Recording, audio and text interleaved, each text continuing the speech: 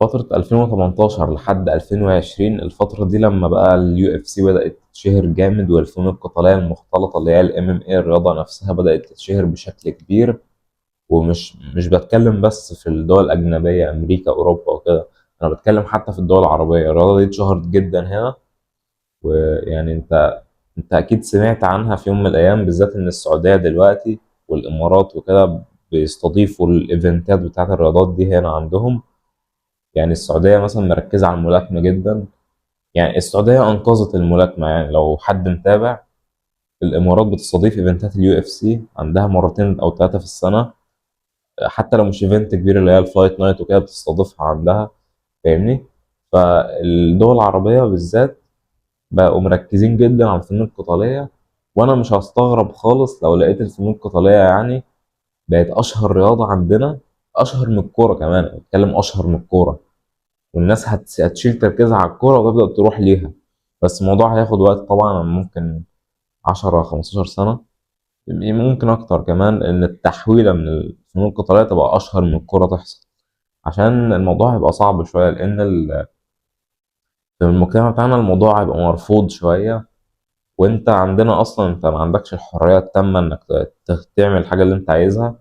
فاهلك غالبا هيرفضوا وتعمل اللي هم عايزينه، اللي هي كوره مثلا، وبعدين تبطل لما المدرسه تيجي. اللي هو مفيش منطق يعني. يعني عندنا حرفيا مواهب كتير بتضيع عشان اهله عايزينه يخلص تعليمه الاول. طب ما يا حاج تعليمه ده هيخلصه هو كام سنه؟ 24 25 تبقى راحت عليه خلاص. مفيش كوره يعني. هيبدأ يتمرن كورة وهو عنده 24 سنة يعني؟ مش منطقية، فاهمني؟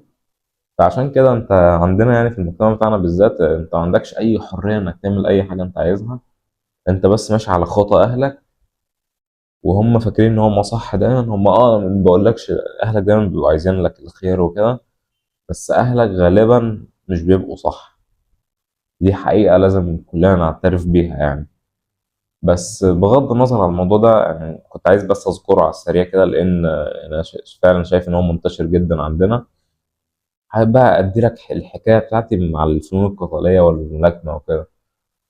الفترة اللي هي 2018 2020 وكده لما بدأت تتشهر جدا، كنت أنا ساعتها بدور على جيم في المنطقة اللي أنا فيها، بتاع ملاكمة. ما كنتش عايز ام ام اي وكده، كنت عايز ملاكمة.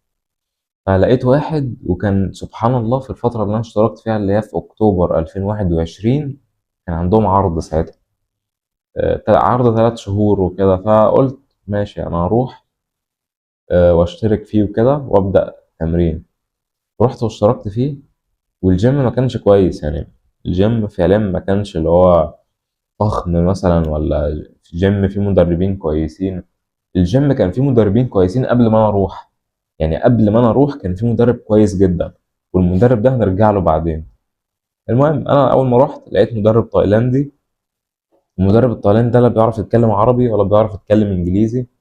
احنا التواصل بالايد، حرفيا بنتواصل بلغة الاشارة، اللي هو احنا كنا حرفيا بنعاني ساعتها.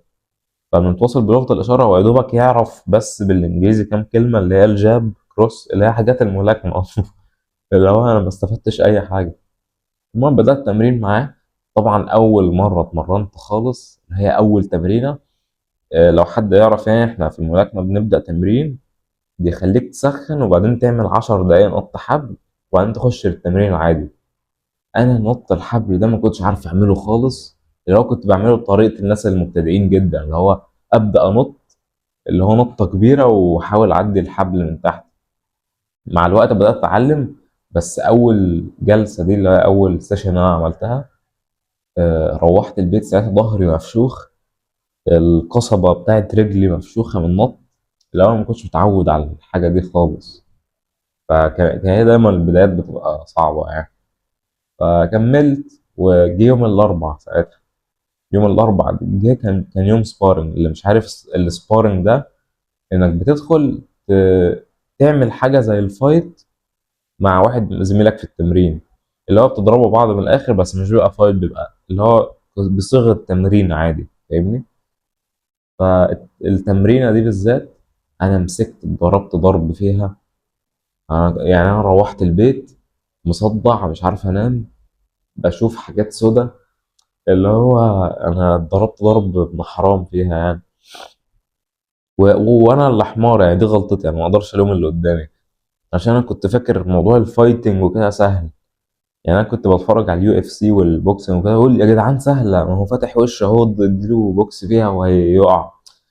انا كنت حمار، انا ما كنتش فاهم الدنيا ماشيه ازاي.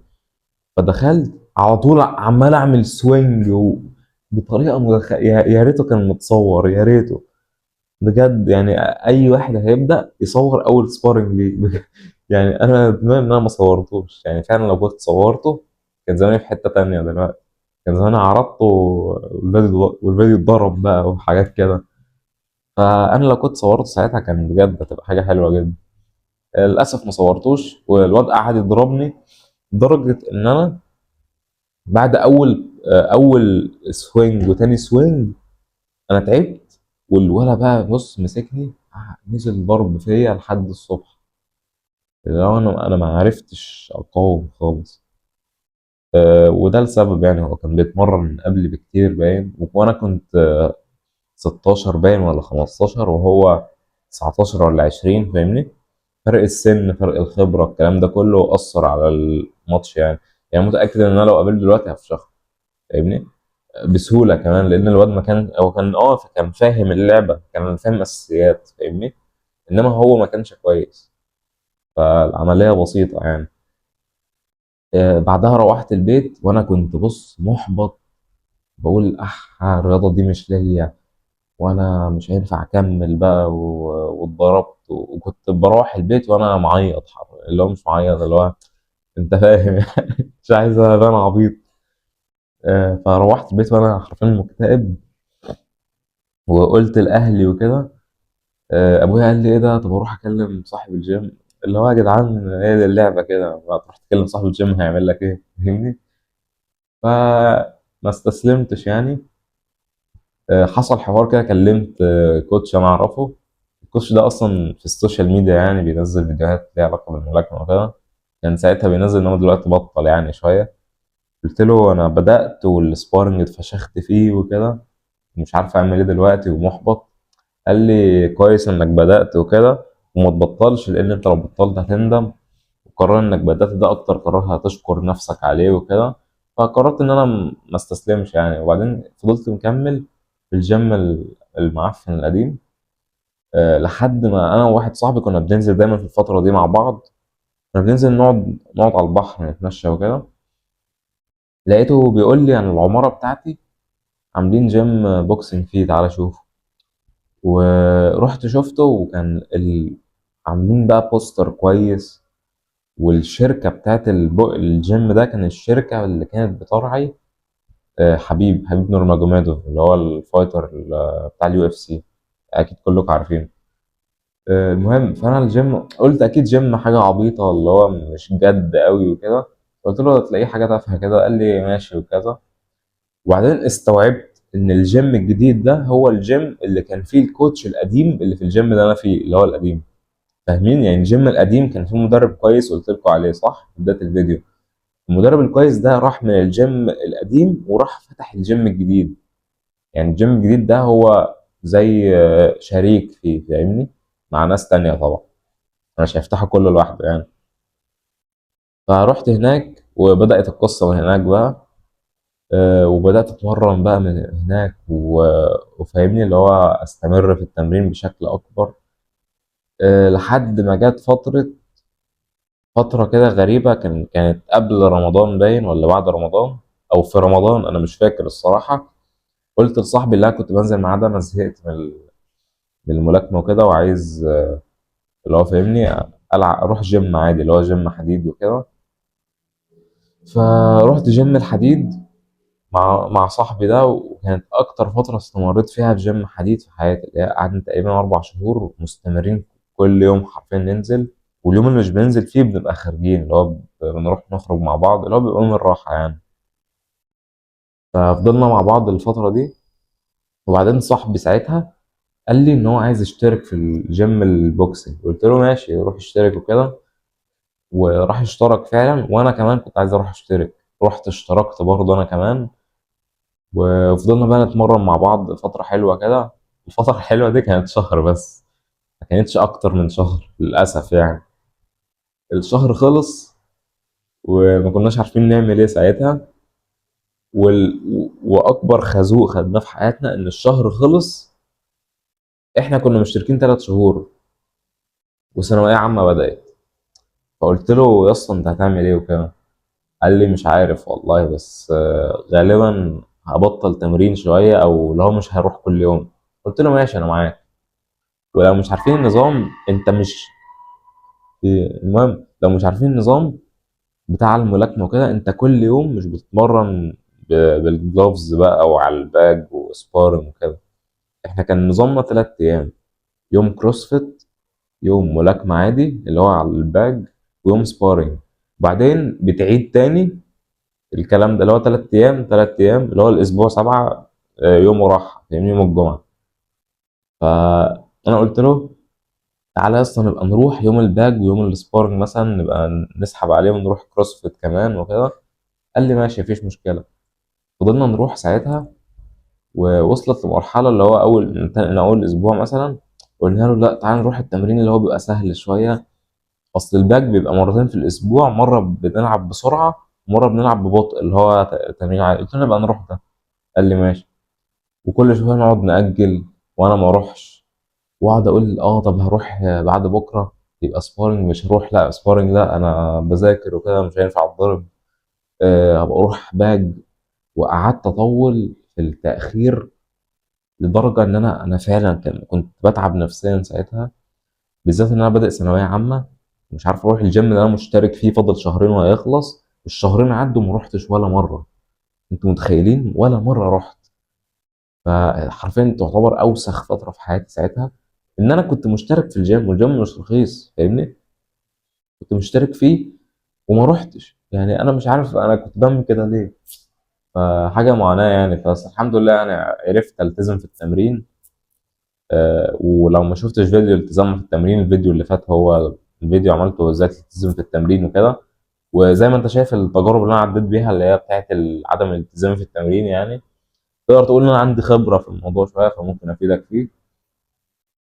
المهم، ليه انا بقى اخترت البوكسنج يعني وسبت جيم الحديد وكده؟ السبب بسيط. لان انا شفت بنفسي ان جيم الحديد مش هيفيدك في حاجة. انت ايوه انت لو عايز كشكل بس اختار جيم الحديد مفيش مشكلة. انما ككل اللي هو كصحة عامة انت بتمارس رياضة معينة يعني. روح فكرة انك تروح ترفع وزن وكده، ده يعتبر يوم الراحة بالنسبة للملاكمين فاهمني؟ اللي هو ده انت ما بتتعبش خالص يعني فاهمني؟ طبعا هي يعني اهداف الناس بتختلف. انا مش بعيب اي حد بيروح جيم حديد وكده، لا انت لو فعلا حابب الموضوع ده عادي اعمله يعني. مش الملاكمة مش لكل الكوكب يعني. بس انا بقول لك انا ليه بالنسبه لي انا اخترت الملاكمه عن جيم الحديد العادي. لان انا شفت فعلا انها هي الحاجه اللي هتاثر معايا، اللي هي يعتبر شغف فاهمني؟ اللي هي حاجه رياضه انت تقدر تبقى شغوف بيها وتتفرج عليها وكده.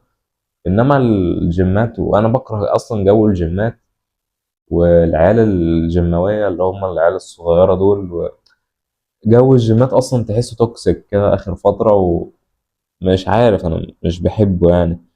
وكلهم مغرورين اللي هو عندهم غرور كده غريب مش عارف ليه.